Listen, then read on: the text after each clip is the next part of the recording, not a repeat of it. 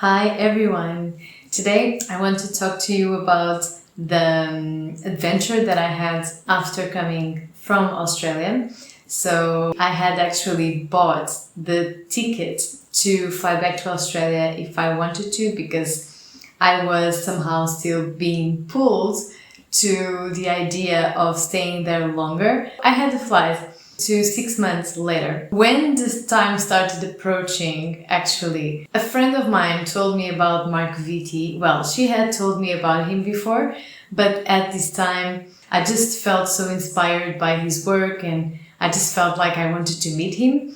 And so I was really, really curious because my goal was like to meet him, to, have coffee with him, to have a few hours with him or a day with him, to talk to him, to ask him questions, to learn from his experience, right? From his life, to just ask him a few questions about the dog training, dog behavior, and was quite curious because when that idea came, I decided, okay, so I have that ticket to Australia, I just have to buy another one then to New Zealand and to meet this person. So let's see if I can make this work. So I contacted them. I remember that I asked something about if you imagine if I could stay there with their team, like working 1 week, 2 weeks, 3 weeks, like for free, just learning with them. I remember I asked something like that. I sent an email with all like my ideas, questions about how and if it could be possible to meet him and to talk to him, to learn from him. And I think they answered me saying it was not really possible. They explained why, like it made all the sense. Of course, I was just trying my luck. And then I saw that information on their page that he was going to have a workshop for the first time, the Train the Trainer workshop in dog behavior, dog training. And I was like, oh my God, this is it. Like it was the first time he was going to do it. I was like, okay, this is it. The date was not specified yet. I asked them by email then if they knew when the date was going to be. And they told me the date was not fixed yet, but it was going to be like in the beginning, in the 3rd trimester of the year. So I was like, okay, my flight was for, I think, end of January. So I was like, okay, I have no idea when it's going to be, but I know it's going to be soon. So I'm going to go. So I went on the adventure with the flight to Australia in the beginning. So I had friends in Australia, so I contacted a few of them and I stayed with some of them like over time, and some places I had to pay a little bit for the stay. Some were like really, really kind on hosting me and letting me stay with them. I would help with the dogs and things like that. And yeah, it was like quite a huge adventure because I think I was already there for almost a month, I think. So almost end of February or something like that, that I knew finally when the date was going to be. I was like, oh my God, like I didn't have that much money. I was like really trying my best to go and meet him and to be part of this workshop that I would actually have to pay for it as well. But the date was not confirmed yet. So I was like, oh my God, I just hope I can make it. And I didn't have the flight back booked, but with that visa that I was going in, with the tourist visa, normally I just had 3 months that I could stay there to do that.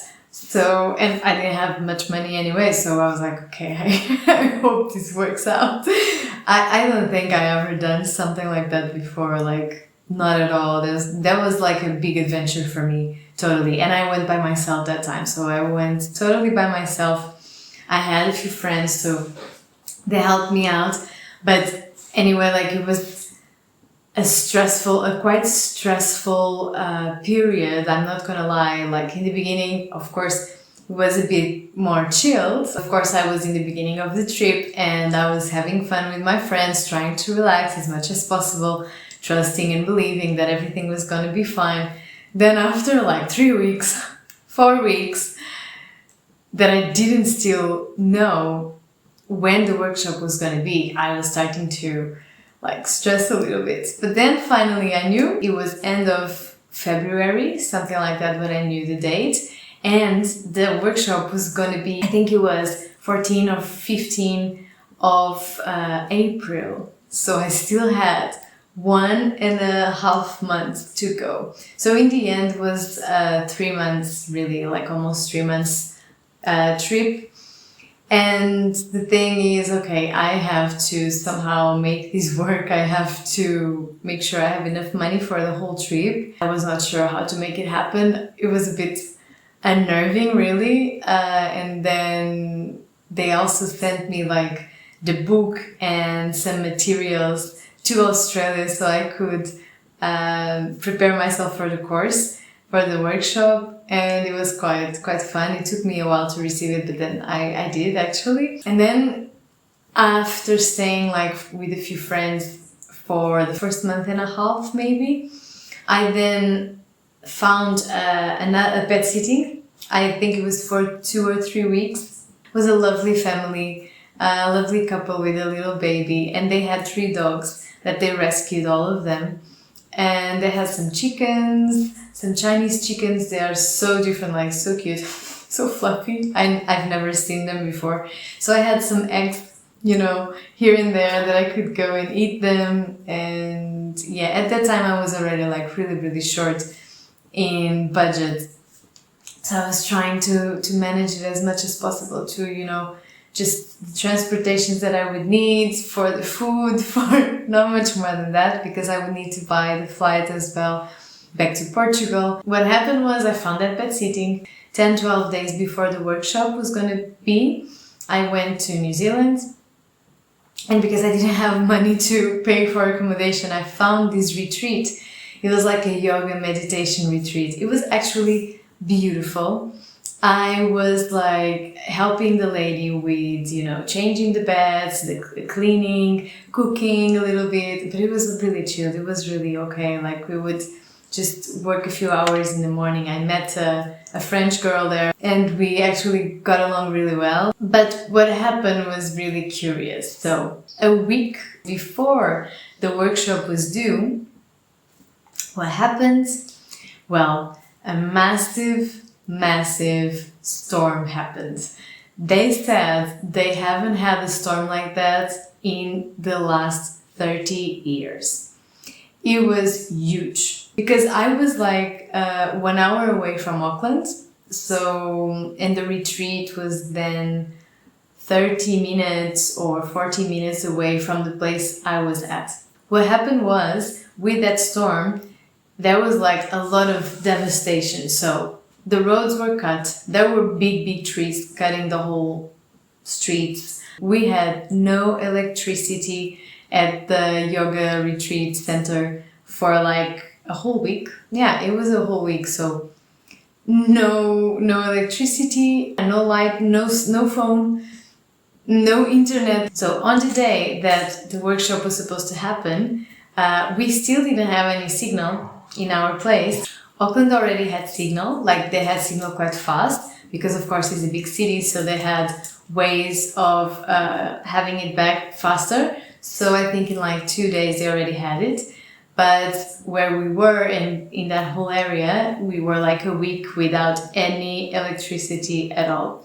So I had no idea because I couldn't really reach them. I couldn't contact them by phone or anything. So I just went with the car in the morning to the place of the workshop, and I arrived there, and when I stopped the car, like no one was there besides me, and I looked on the phone and there I had signal, so I started receiving messages and contacts, and then I saw an email from them, and they said that it was not gonna happen, that it was postponed to the weekend after. You know, I arrived there, I see that on my phone, I just wanted to cry. I was like, no way. Because my flight was for like 2 or 3 days after the workshop was over. I was quite a few meters away from the main house.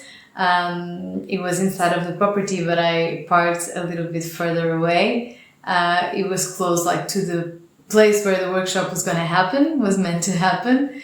And then I saw some people coming out of the house. It was Mark Vette and his wife.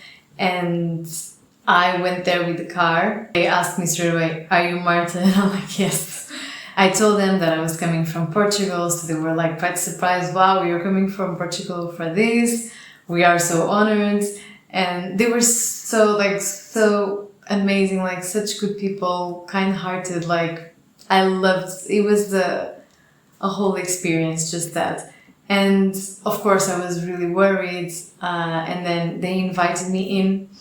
They made me some tea and we were trying to figure things out. What could we do about it? And then we started thinking, okay, can you change the flights? So I tried to change the flights, but it was like a whole mess. And they said, okay, so what can we do? So what we can do is you go now and have breakfast with Mark. You ask your questions, you talk. And we went to a really nice cafe. Like I remember I was like, oh my God, what is happening? Because what I wanted in the first place was actually that. I imagined myself having coffee with him.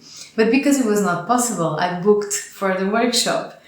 And what actually ended up happening with the whole storm, again, when we think something really bad is happening, sometimes there's a blessing in disguise there. And there's something actually much better than you expected or asked for happening after that storm clears out. So that's actually what was happening. And it feels like so weird even telling you this because it felt so magical. And if you think about it, it just feels so magical. Like there's something beyond the beyonds that bring these situations to life that you cannot really control. And the only thing you can do is really to surrender.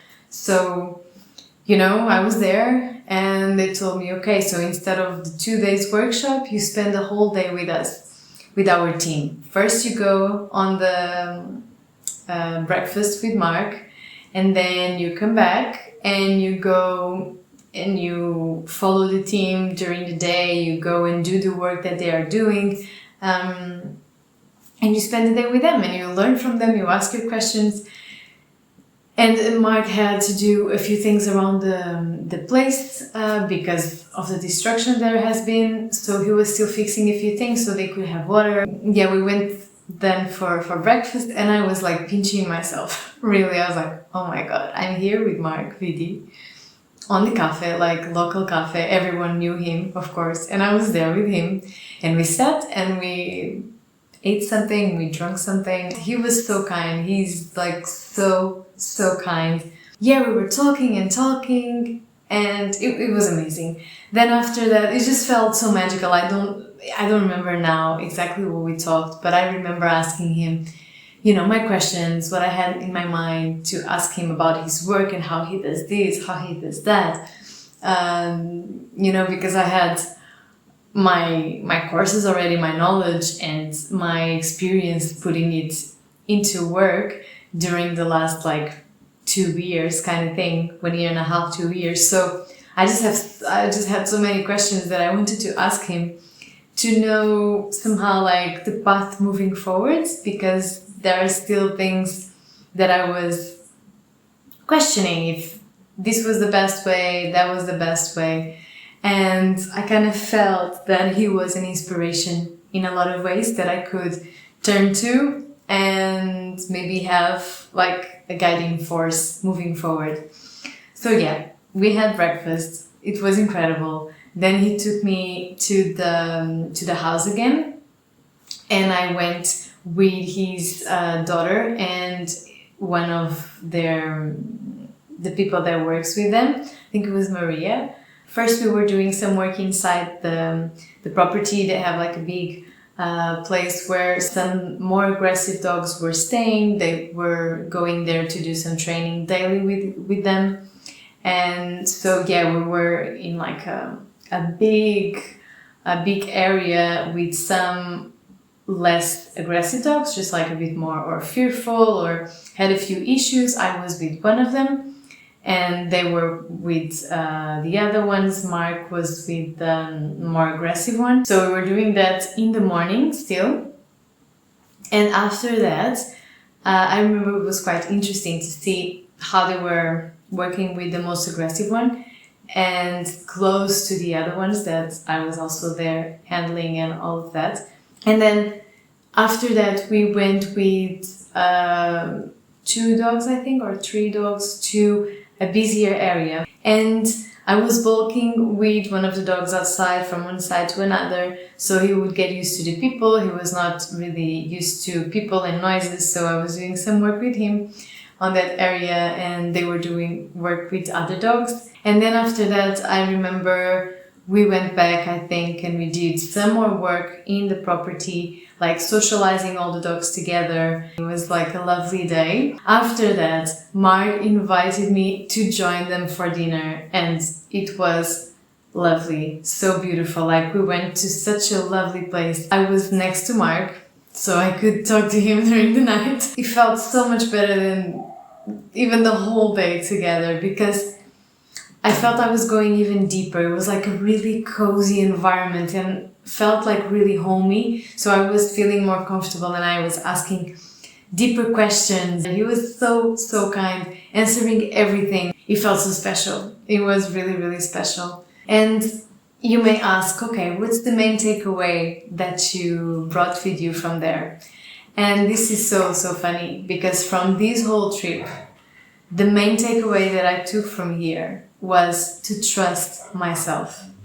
And at the time, I'm still working on it. I still have a lot to do in that sense. But at that time, that was such an important message for me, because I was so afraid and uncertain of what to do, if I was doing the right thing, if I knew enough, if I should learn more and more and more before I could actually do the things and put into practice with more and more people, with more dogs. And the message there was like, just trust yourself. You know what to do.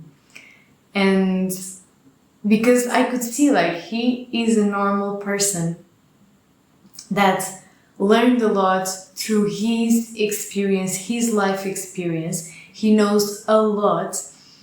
But of course, he's a person. He feels into what is right for him and mixes with the knowledge that he gained along the years. So it takes trust. It takes trusting in ourselves, because what I see and saw for myself, and maybe you can relate to that too, is usually we learn so many skills that we put our value somehow in those skills, and we feel like if we don't know the skills, we have no value whatsoever. For a lot of jobs, we feel that way, right? If we have no skills, we are nothing. And that was the main message here. Just trust yourself. Just trust. Later, of course, I saw that I was following too much the person that I was wanting to learn from, and not trusting as much my intuition, my feelings on one thing or another that I would feel maybe it didn't really resonate with me. And it's funny because it took me a while, but later when I came back and all of that, digesting all the knowledge and all that happened in this trip, I could see, like, yeah, the message here is really to trust myself. Trust what feels better, feels good to me, what's actually natural, flows natural to me, because we put so much information in our heads that then it feels like the body doesn't connect with the information that we have put in, and that we, instead of flowing naturally with the things that actually feel good, in our bodies, in our spirits, we are thinking too much. We are just trying to make things right, make things perfect, and we are blocking ourselves more than we are actually moving forward and creating and contributing. So yeah, this was like the main thing. Another big message really was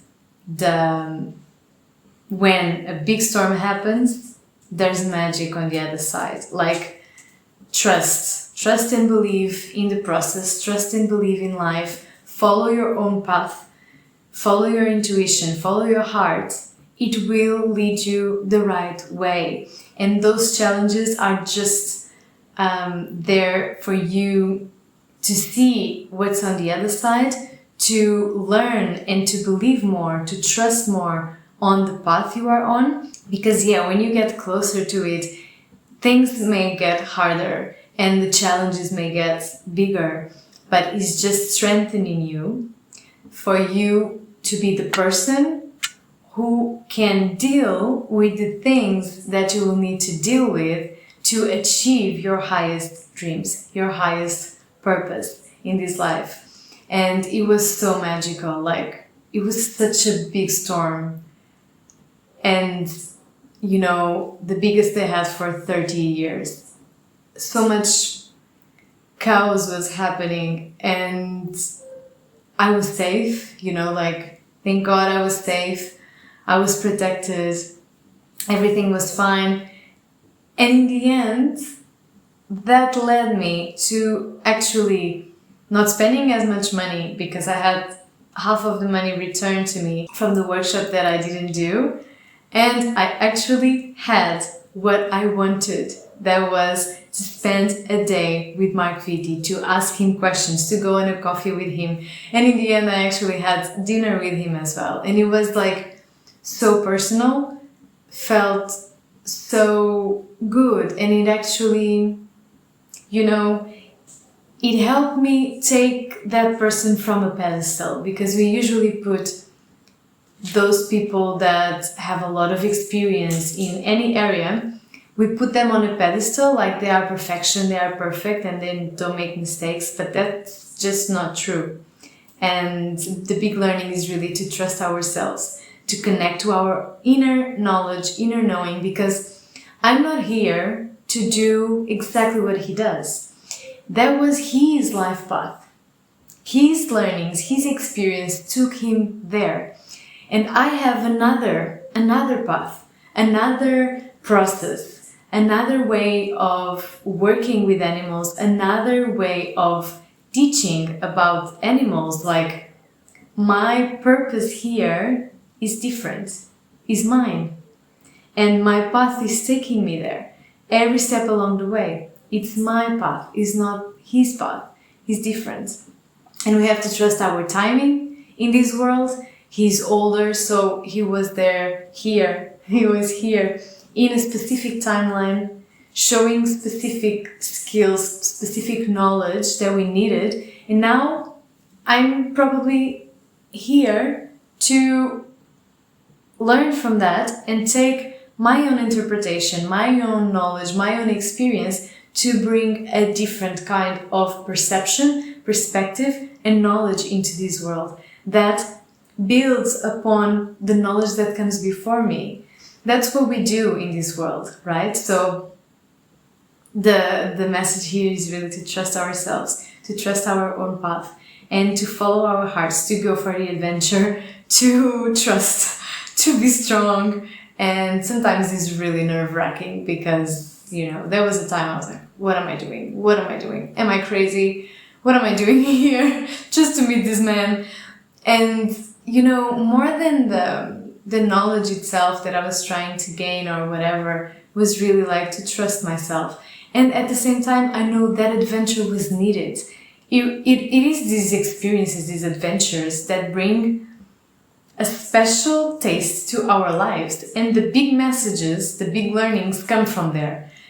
I could have heard or read or learned from others, yeah, you have to trust yourself. You hear this many, many times, but when you experience these things in life, that bring you that message. Those experiences are bringing you to that awareness, to that message. And that's when the message starts to sink in. Not when you read about it. It's good, it's important, because it helps you rewire your consciousness. But still, it really is about living the experiences, because living the things is actually what brings you the knowledge and the physicality of it. It's just a completely different story. The message that it brought is so much stronger than many books or many things that we see or read every day. It helps, of course, but these experiences are the ones that sink in, because when you are living those experiences and going on adventures that bring those messages into your life, into your being, it sinks into your body, and that's when your body feels it, that your body can start living it. So yeah, that's what I wanted to share with you. And another thing, remember that the storms have always magic that you are not even imagining it's possible on the other side of it. Just trust, just go through the storms and surrender to the magic that's on the other side. Thank you so much, and see you in the next one.